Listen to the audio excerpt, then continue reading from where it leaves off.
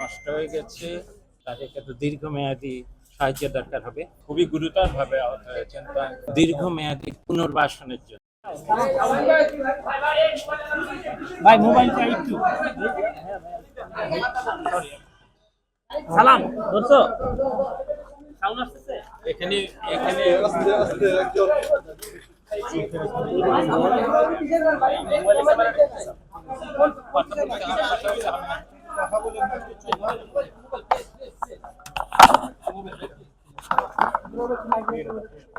Dhaka medical হাসপাতাল একটা অত্যন্ত কঠিন কাজ করছে। সেখানকার যিনি ডিরেক্টর, উনি দিনরাত তাদের সহকর্মীদেরকে নিয়ে এই যে আহত ছাত্রদেরকে নিয়ে যতদূর সম্ভব শুশ্রূষা সেবা শুশ্রূষা দিচ্ছেন, রাত দিন ধরে দিচ্ছেন। এটা যে গতকাল অনেক ছাত্র আহত হয়েছেন আপনারা জানেন, তারা তো দু তিনজন খুবই গুরুতরভাবে আহত হয়েছেন। তাদের সাথে আমাদের কথা বলার মতো অবস্থা নেই।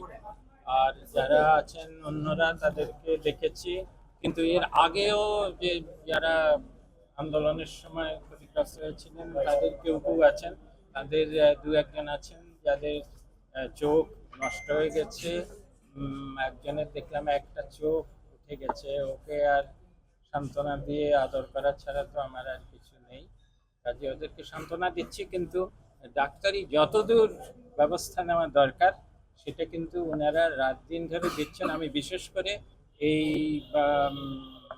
হাসপাতালের যারা কর্মী, নার্সরা আছেন, তারা কিন্তু সারা রাত জেগে কাজ করেছেন। এটা একটা গণজাগরণের সময় সবাই দেশাত্মবোধ জাগ্রত হয়েছে বলেই তারা কিন্তু এরকম সারাদিন রাত কাজ করতে পেরেছেন। আমি তাদেরকে ধন্যবাদ দিই যে তারা আমাদের ছাত্রদের জন্য, আহত ছাত্রদের জন্য এত দূর কাজ করেছেন। কিন্তু তাদেরও একটা সীমা আছে, কতদূর পর্যন্ত এদের আরোগ্য লাভ সম্ভব। যারা একটা চোখ হারিয়েছেন, যারা একটা পা হারিয়েছেন, তাদেরকে তো দীর্ঘমেয়াদী সাহায্য দরকার হবে।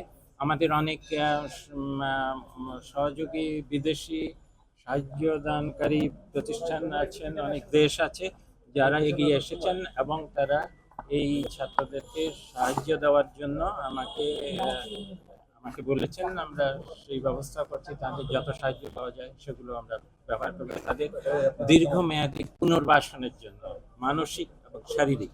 ধন্যবাদ। Thank you.